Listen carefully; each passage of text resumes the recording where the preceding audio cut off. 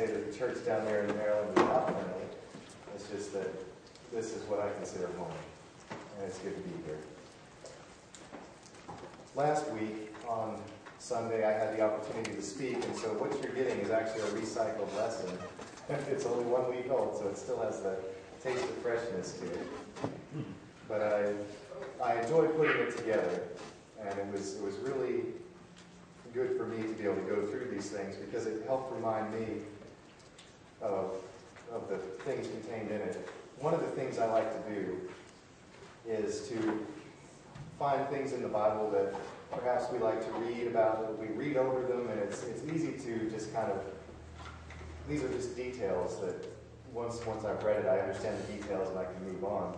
But every now and then it's good to actually dig into the details a little bit to make them more meaningful to us. And so what I hope to do here this evening is to broaden our understanding of the subject of leprosy, so that as we read in the Bible about the effects of leprosy, when we read over them again, maybe they'll have some more meaning to us. So I'll ask you to answer some questions in your mind right now. How many hands have you shaken today? How many people's backs have you patted? How many hugs have you given? Parents, how many of you helped your children get ready for church this morning? How many of you found a way to make physical contact with someone else today? As I was getting this lesson together, I was surprised to find the amount of scientific research that has been done on the benefits of physical contact. And I knew this before, but it just really brought it home that physical contact for people is actually very good for us. It's essential for our emotional and psychological well-being. As one author put it, physical contact eases pain, lessens anxiety, softens the blows of life, generates hope, and has the power to heal. This same author, in the same article, wrote about the case of a leukemia patient who had been undergoing heavy chemotherapy. And the patient was quoted as saying this of his experience: "This nurse changed my bedding and kept me clean and all that, but she hated to touch me, or at least it felt that way. Whatever she was doing, she did with as little physical contact as possible. I wish I could have told her how important touch was. I craved the feeling of flesh on flesh. I craved it. I really felt I was losing my will to live without that touch. I mean, I still wanted to live, to get better, but the reason to keep struggling was slipping away from me. I needed the feeling of someone's skin, not mine, to help me find it again."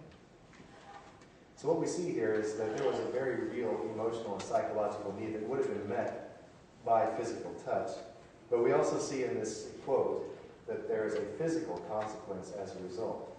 Because this person didn't have that contact, he was physically starting to degrade.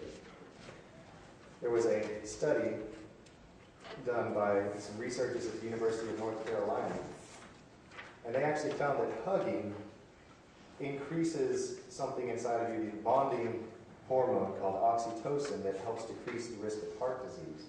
What they also found, interestingly, was that women have a higher increase through hugging than men do. So husbands, be on the lookout. If your wife is hugging you a lot more, it might mean she loves you, but it also might mean she's trying to outlast you. So get it out of that money you got still. Another interesting experiment that I read about that was carried out. I'd love to know how scientists get the funding for these experiments. But they decided they were going to watch professional basketball and determine how touch influenced teams' performances. And what they found was that the teams that touched each other the most, they called it touch bonding, the teams that were the most touch bonded, at the top of their list they had the Boston Celtics and the Los Angeles Lakers. And if you follow basketball at all, and I don't, you'll know that over the last few years, they have been consistently higher performers in the postseason. Whereas teams that had less touching amongst them were consistently mediocre. The type of touch is also important. And I know we've all seen that person coming towards us and you think, oh, I've got to shake that hand again. Here it comes. You know, it's the dead fish handshake.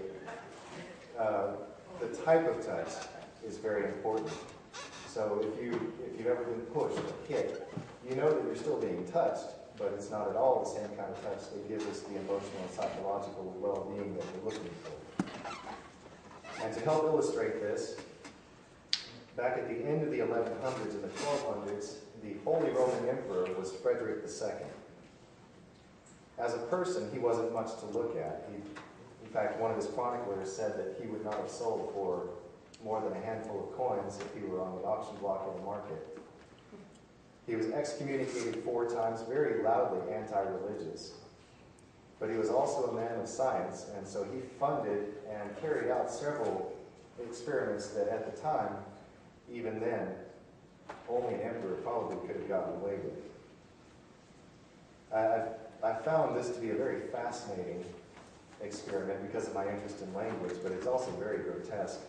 What he posited in his thinking was that if a group of babies were left to develop language on their own, meaning they never heard any outside language spoken, if they were to start learning to speak on their own, that the language that if they spoke would be the original language that was given by God to Adam and Eve. Fascinating experiment. But as he got his group of people who were going to carry out the experiment together, this is what a monk who was chronicling the experiment wrote. He told foster mothers and nurses to suckle and bathe and wash the children, but in no ways to prattle or speak with them, for he would have learnt whether they would speak the Hebrew language, which had been the first, or Greek, or Latin, or Arabic, or perchance the tongue of their parents of whom they had been born. But he labored in vain, for the children could not live without clappings of the hands, and gestures, and gladness of countenance, and blandishments. All of the children involved in the experiment died, because the type of physical contact that they had was minimal and unloving. So even the type of contact that we have with people has a very strong effect on our health. This lesson is not about the value of touch to us, but I wanted to make sure that we understood just how important physical contact is for us as people. So I ask you, what would life be like if this ability to be near people, to shake hands, to hug, to be near your children, were taken away from you today? What if you couldn't kiss your spouse, couldn't tuck your children in, couldn't even be near your friends for fear that you would be too close to them? What if the benefits of touch were taken out of our lives? This was the case of lepers in the Bible. As I was preparing this lesson, starting 2 weeks ago, the Sunday morning that I went to services down there in Maryland, the preacher got up and read the scripture reading out of 2 Kings chapter 7, and it starts off with 4 lepers were sitting in the gate of the city, and I thought, oh great, he stole my topic. I've got to come up with a whole new lesson. But as it turned out, he had something completely different, some other direction, and that's one thing that I wanted to make a point about here. It's unrelated to the lesson. This is a living word. We're told that. And even if 20 different people got up here and spoke all on the same topic of leprosy, we would have 20 different lessons completely where we'd be able to take something absolutely new and fascinating out of each one. So I'm thankful for that. I don't know about you, but it's easy to skim over long passages for me, especially when I'm reading through the books of the Old Testament sometimes. Oh great, here's another chapter about how many hooks and pillars were in the tabernacle. Here's another list of names. Here's another long list of all the different kinds of sacrifices. It's easy for me just to let me get past this and get to the stuff that's really important. But I also want to remind us that nothing is in this book by accident. Everything that's in here is in here for a reason, and God is trying to tell us something through it. I found myself very tempted to do the same thing as I was reading through Leviticus chapters 13 and 14. In these chapters, God is giving a bunch of different cases for how the priest is to inspect members of Israel for all the various kinds of sores that they could have to determine whether or not these sores were the kind of contagious leprosy that would result in them being pushed outside the camp. For the copy of the Bible that I have, chapters 13 and 14 take up 5.5 pages as he lists if the sore looks like this, if it spreads like this over the body, if it does this. 5.5 pages of just case after case of how to determine whether or not this was the kind of leprosy that required a person to be put out of the camp. It's very easy to skip over parts when you have that much detail. But I hope that we can focus, instead of the details, I hope we can focus on the human element, the thing that made it such a horrible condition to live with. And I hope that my thoughts tonight that I've gathered will help us to understand just how terrible leprosy was. So what is leprosy? Today it is more correctly called Hansen's disease. It's a chronic disease that is most visibly manifested by skin lesions. That is, the skin has very thick buildup that is very easy to spot. The nerves begin to deaden so that you lose sensation, and generally this happens in the extremities, so in your arms, and your legs, and your feet, your fingers, your toes, your nose, your ears, things that stick off of the main part of your body.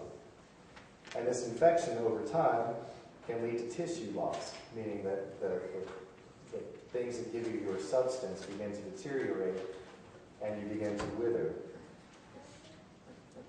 Also, as the disease progresses, if you get an injury, and this is very dangerous because if you've lost sensation in your extremities, it's very easy to get a cut or something where you don't know you've been cut. And if that gets infected, then that infection can lead to parts of the body beginning to fall off. It's a very terrible disease.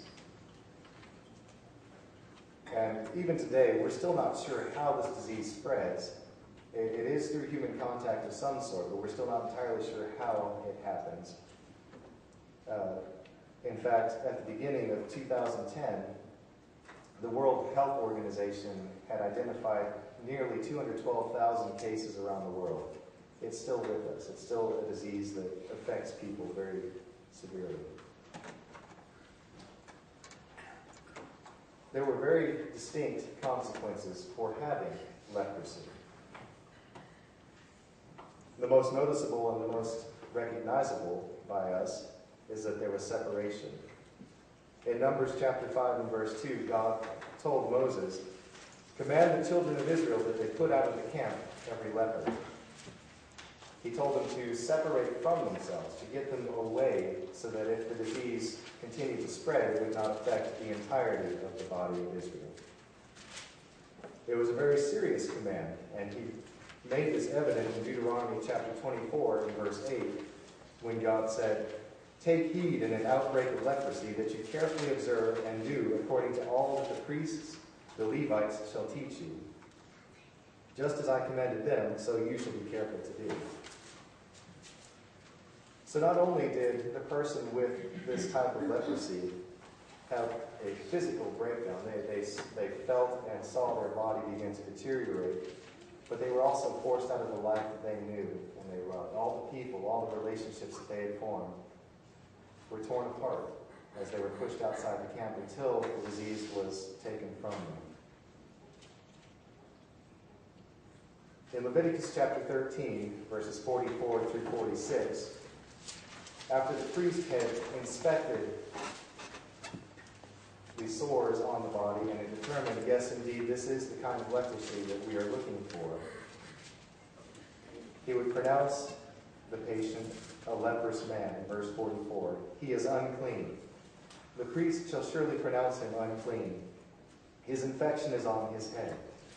As for the leper who has the infection, his clothes shall be torn, and the hair of his head shall be uncovered, and he shall cover his mustache and cry, "Unclean, unclean."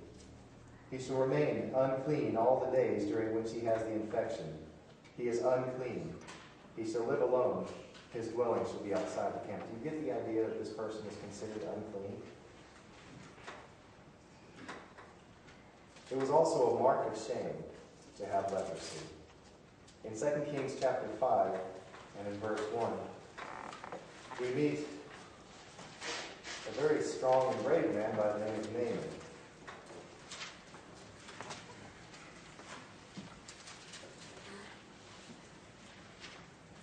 And as we read in 2 Kings chapter 5, where he goes down from Syria to meet the prophet Elisha to look for healing, this is what the chronicler in 2 Kings has to say. Now Naaman, captain of the army of the king of Aram, was a great man with his master, and highly respected, because by him the Lord had given victory to Aram. The man was also a valiant warrior. So let's take a look at these descriptions here. He was a captain of the army of the king of Aram, or Syria. He was great. He was respected. He was victorious. He was valiant. But he was also a leper. It's almost as though, from the wording, not one of the things that came before that last section of the sentence meant anything, because after all these things that he had done, he's just a leper. It was an absolute mark of shame to have leprosy. A lot of the fear that people felt and still feel about leprosy came from the fact that there was no known cure. Today, treatment is available, but at the time, there was not anything. In fact, the best they could do was, as God had commanded, separate them so that if the disease continued to spread, it wouldn't affect everyone. Even in the United States, here in North America, we had our share of leper colonies. In Hawaii, in the late 1800s, an island by the name of Molokai was set aside to house a leper colony. The author, James Missioner, in his book Hawaii, had presented a scene in which a group of lepers were being sent to a leper colony so that they could live out the rest of their lives and die. And this is how he describes it. 40 condemned lepers were assembled and marched through the streets of Honolulu toward the pier, where the leper ship waited. As the ghostly men and women walked, the citizens of the city drew back in horror, for some hobbled along on feet that had no toes, and others stared vacantly ahead from the horrible faces that had no cheeks, and whose lips and noses had fallen away. In silence, the doomed lepers approached the small, snout-nosed little craft of 400 tons with a grimy smokestack and filthy decks. When the lepers appeared, the gangplank was lowered, and nauseated policemen herded the doomed men and women aboard. But when the final moment came, when the lepers were to be cut off forever from their families, a monstrous wailing began. The hopeless lepers lined the railings of the ship and cried back their piteous farewells. Condemned women waved with hands that bore no fingers. Men cried goodbye from faces that had no recognizable features. Some of the lepers were too far progressed in the disease to be able to stand by themselves, and they wailed without purpose, adding their cries to the general lament.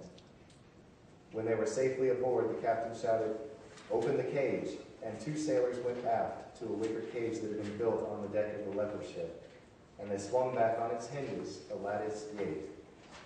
When it was open, other sailors, careful not to touch the lepers, growled, all right, get in." The cage was not large, nor was the door high, and one by one the condemned people stooped, crawled in, and found their places. The wicker gate was lashed shut, whereupon the captain called down reassuringly, "There'll be a man stationed by you at all times. If you start to sink, he'll cut open the gate." After the ship arrived off the shore of the leper colony at Molokai, the ferry dropped anchor some 100 yards from the cliff-lined shore, and sailors began shoving into the sea huge casks. Lepers from the colony swam out to the ship and started guiding the stores to shore, for the colony had no pier at which supplies could be landed in an orderly way.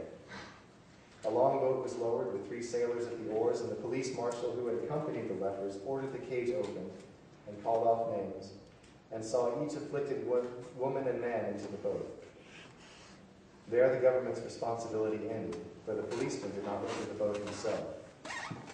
In this way, the 40 lepers were thrown ashore with no stores of clothing, no money, no food, and no medicine. What a miserable way to end a life. What a miserable disease. In Galatians chapter 3 and verses 24 through 25, we're told that the law was a tutor to bring us to Christ. And if we look at the words that we have about leprosy, it's very easy to draw a parallel between the fear and the need for getting rid of leprosy from amongst the people of Israel as we look at the effects of sin. If we recall from Isaiah chapter 59, verses 1 and 2, where we read that the arm of the Lord is not shortened. Our sin separates us from God. As long as that sin is present among us, we do not have a meaningful relationship with God. But there is very good news. As Thomas read for us before the lesson, Jesus had the power to take away leprosy from the leper who came to him looking for help. All the separation, shame, and fear that was bound up in that one man's body, all of it was gone. Jesus put forth his hand and touched him, as we read there. The touching not only healed the man, but as we saw at the beginning of this lesson, as we looked at the very strong need that we have to have touch amongst people, can you imagine what it must have felt like for that man who had been without a loving touch from a healthy, whole person for who knows how long, maybe years, to suddenly have someone reach out and touch him and take away all the infirmities that he had. What an electrifying touch, what an electrifying moment in that man's life that must have been. Just as leprosy was a cause for banishment, our sin is a cause of banishment between us and God. As long as we are sick, we cannot have that relationship with him. He is willing to touch us still, however. And with that touch comes our return to life. All the separation, shame, and fear that we experience with sinful lives, all of that is gone. Tonight we've looked at the vileness of the disease leprosy. We've seen the effects of it, that those who have it are rejected and outcast beyond hope of return, and yet we have also seen how God's touch can change all of that. It can change us too, because we have a disease that has similar effects. And with that sin in our lives, it eats at us, it breaks us down, it separates us. We see that in David's words, where he groans with the sin within him. Because he knew not only did he have these things to think about as his deeds haunted him, he also knew the pain of separation from the God that he loved, and he knew loved him.